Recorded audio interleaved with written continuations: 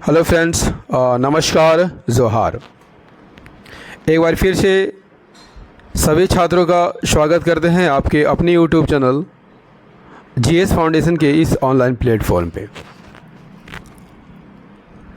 दोस्तों, सभी साथी से मेरा रिक्वेस्ट है कि यदि आप इस वीडियो को देख रहे हैं तो पूरा अवश्य देखिएगा। यदि वीडियो अच्छे लगे तो इसे एक लाइक अवश्य कर दीजिएगा, दोस्तों के साथ शेयर कर दीजिएगा और यदि आप भी इस चैनल पर नए हैं तो चैनल को ज़रूर सब्सक्राइब कर लीजिएगा, बेल आइकन को प्रेस कर लीजिएगा।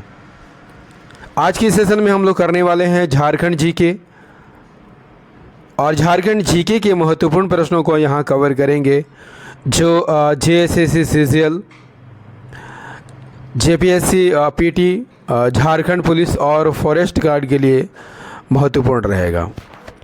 तो फटाफट से इस सेशन को दोस्तों के साथ शेयर कर दीजिए। चलिए शुरुआत कर लेते हैं आज के सेशन की। सेशन का पहला सवाल आपकी स्क्रीन पर है। कर्क रेखा कितने जिलों से होकर गुजरती है? कर्क रेखा झारखंड के कितने जिलों से होकर गुजरती है? सही आंसर हो जाएगा ऑप्शन डी, 5 जिलों से होकर गुजरती है।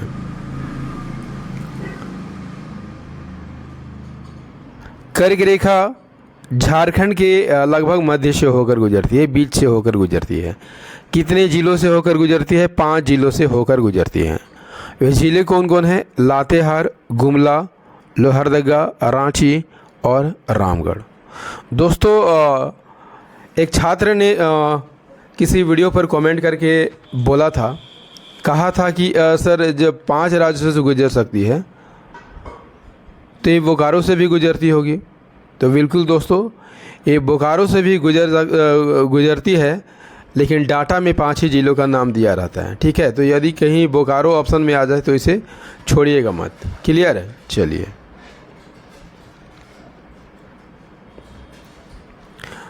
Next question. इनमें से कौन झारखंड के राजकीय प्रतीक में शामिल नहीं है? इनमें से कौन झारखंड के राजकीय प्रतीक में शामिल नहीं है? तो झारखंड के राजकीय प्रतीक में आम शामिल नहीं है। झारखंड के राजकीय प्रतीक में आम शामिल नहीं है। ठीक है, यहाँ आपका प्रतीक चिन्ह दिखाई दे रहा होगा दोस्तों। सबसे ऊपर की वृत्त में आपको क्या मिलता है? हिंदी में झारखंड सरकार और अंग्रेज़ी में गवर्नमेंट ऑफ झारखंड लिखा हुआ देखने को मिलता है। दूसरे वृत्त में 24 हाथी को दिखाया गया है। तीसरे वृत्त में आपको 24 पलाश के फूल दिखाया गया है और नेक्स्ट वाले वृत्त में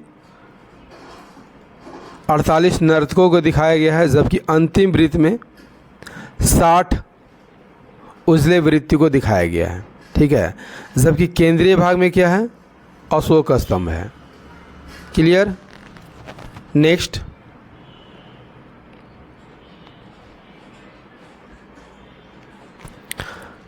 झारखंड के किस जिले में सर्वाधिक साक्षरता दर पाया जाता है? तो सर्वाधिक साक्षरता दर रांची जिले में पाया जाता है। सर्वाधिक साक्षरता दर कहाँ पाया जाता है? रांची जिले में पाया जाता है। ठीक है, सर्वाधिक पुरुष और महिला साक्षरता दर वाला जिला भी कौन है? रांची है। नेक्स्ट है, झारखंड शब्द का सर्वप्रथम उल्लेख कब किया गया था? कब किया गया था दोस्तों? 13वीं शताब्दी में किया गया था। झारखंड शब्द का सर्वप्रथम उल्लेख कब किया गया था? 13वीं शताब्दी के ताम्रपत्र पर किया गया था। यह ताम्रपत्र किसका था? उड़ीसा के राजा नरसिंह देव द्वितीय का था। ठीक है, और यह झारखंड शब्द का प्रथम पुरातात्विक प्रमाण यहाँ पर मिलता है। नेक्स्ट क्वेश्चन क्या कहता है?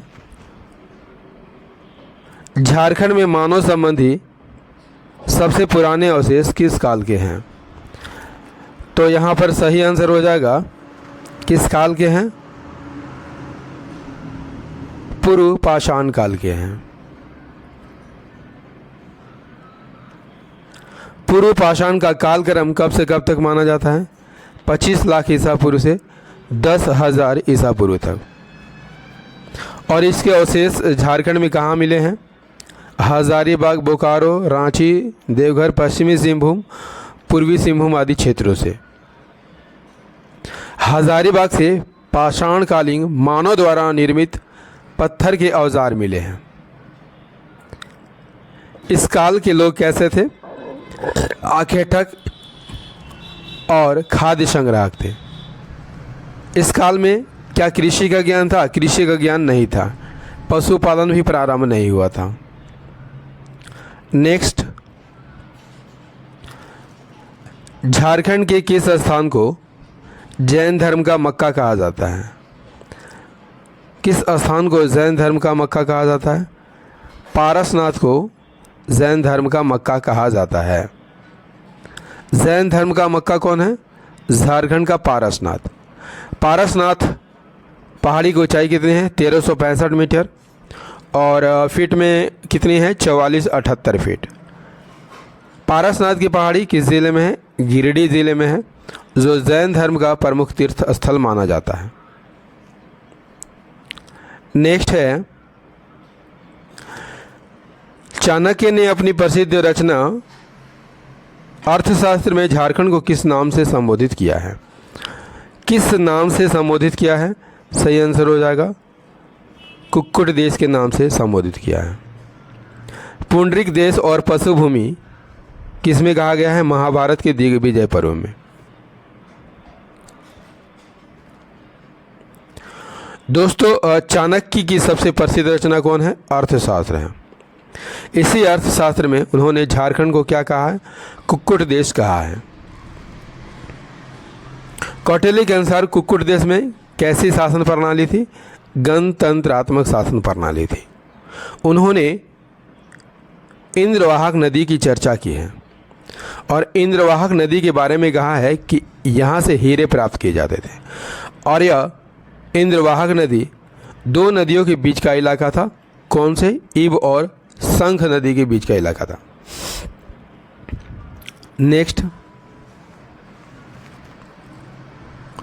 निम्न में से किस स्थल से पाल शासक महेंद्र पाल के शिलालेख मिले हैं? किस स्थल से महेंद्र पाल के शिलालेख मिले हैं? Answer is the option number B, Itkhori से मिले हैं। झारखंड की इटखोरी से पाल शासक महेंद्र पाल के शिलालेख मिले हुए हैं। नेक्स्ट क्या कहता है? निम्नलिखित में से किस शासक ने 1206 ईस्वी में नदिया बंगाल पर आक्रमण झारखंड से होकर किया था? कौन किया था? बख्तियार खिलजी ने किया था। दोस्तों, गुलाम वंश के शासकों की बात कर लिया जाए तो इल्तुतमिश और बलबन के समय झारखंड जो है इनके प्रभाव से बिल्कुल ही मुक्त था। इसका क्या कारण था? क्योंकि उस समय नागवंशी राजा हरिकर्ण शासन कर रहा था और वह प्रभावशाली और शक्तिशाली शासक था। 1206 में बख्तियार खिलजी ने झारखंड से होकर बंगाल के नदिया पर आक्रमण किया था। उस समय बंगाल पर किसका शासन था? सेन वंशी शासक लक्ष्मण सेन का शासन था। नेक्स्ट है, मुगल शासक अकबर ने कब झारखंड को अपना करदाता प्रदेश बनाया था? Answer is the 1585। मुगल शासक अकबर ने 1585 में झारखंड को अपना करदाता प्रदेश बनाया था। नेक्स्ट, औरंगजेब की मृत्यु के बाद स्वतंत्र हुए खुखरा प्रदेश को किस गवर्नर ने पुनः मुगल शासन के अधीनस्थ किया था? सही आंसर हो जाएगा सर बुलंद खान ने। औरंगजेब की मृत्यु कब हुई थी? 1707 में। इसके बाद खुखरा प्रदेश स्वतंत्र हो गया था। ठीक है, और इस प्रदेश को पुनः किसने मिलाया था? सर बुलंद खान ने मुगल शासन में मिलाया था। यही सर बुलंद खां 1717 में यदुनाथ शाह पर आक्रमण करता है और रघुनाथ शाह 1 लाख रुपए उसे नजराना देता है और अपना पीछा छुड़ाता है। क्लियर। नेक्स्ट, झारखंड में अंग्रेजों का आगमन सर्वप्रथम किस क्षेत्र में हुआ था? तो आसान सा सवाल है, सिंहभूम क्षेत्र में हुआ था। कब हुआ था? 1767 में। ठीक है। और उस समय अंग्रेजों के प्रवेश के समय ढाल भूमि में ढाल राजाओं का शासन था, पोरहट में सिंह राजाओं का शासन था और कोल्हान में हो लोगों का शासन था। क्लियर। नेक्स्ट है, ढाल विद्रोह का प्रारंभ कब हुआ था? तो ढाल विद्रोह का प्रारंभ 1767 में हुआ था और 1777 तक चला था, 10 वर्षों तक चला था। क्लियर। ढाल विद्रोह कब प्रारंभ हुआ था? 1767 में। नेतृत्व किसने किया था? जगन्नाथ ढाल ने किया था। यह विद्रोह 10 वर्ष तक चला था।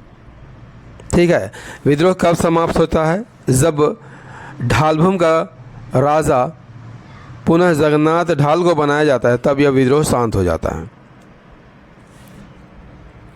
नेक्स्ट, 1782 में हुए तमाड़ विद्रोह के समय नागवंशी राजा कौन था? कौन था दोस्तों? Answer is the Darpnath Shah था।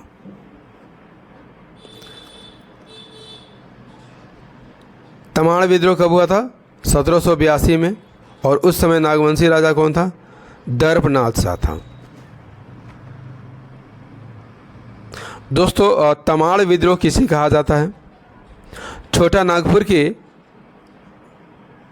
तमाड़ क्षेत्र को केंद्र बनाकर मुंडा आदिवासियों ने 18वीं सदी के अंतिम चतुर्थांश में जो विद्रोह छेड़ा था, उसे तमाड़ विद्रोह कहा जाता है। इसका मूल कारण क्या था? कंपनी के बाहरी लोगों को सह देने की नीति और नागवंशी शासकों के अत्याचार इस विद्रोह के प्रमुख कारणों में से एक थे। यह अंग्रेजों के विरुद्ध सबसे लंबा चलने वाला खूनी आदिवासी विद्रोह था और इस विद्रोह का नेतृत्व कौन किए थे? ठाकुर भोलानाथ सिंह। नेक्स्ट है, जनसंख्या की दृष्टि से झारखंड की जनजातियों में संथाल का स्थान है। तो संथाल का स्थान पहले नंबर पर आता है। जनसंख्या की दृष्टि से झारखंड की जनजातियों में संथाल पहले नंबर पर आते हैं। इनका निवास स्थान कहाँ है? मुख्य रूप से संथाल परगना के निवासी हैं और ये बी रक्त समूह के होते हैं। संथाल जनजाति झारखंड में प्रवेश करने से पहले क्या कहलाते थे? खरवार कहलाते थे। दोस्तों, झारखंड जीके का ये सेशन आपको कैसा लगा? उम्मीद करता हूँ काफ़ी अच्छा लगा होगा। दोस्तों, यदि सेशन पसंद आया है तो लाइक कर दीजिएगा, दोस्तों के साथ शेयर कर दीजिएगा और यदि आप भी इस चैनल पर नए हैं तो चैनल को ज़रूर सब्सक्राइब कर लीजिएगा, बेल आइकन को प्रेस कर लीजिएगा ताकि मेरे आने वाली हर वीडियो का नोटिफिकेशन आपको सही समय पर मिल सके। दोस्तों, याद रखिएगा मेरी वीडियो डेली 12 बजे दिन को आती है, तो इसे रोज़ देखना मत भूलिएगा। मिलते हैं अगले सेशन में, तब तक के लिए जय हिंद, धन्यवाद।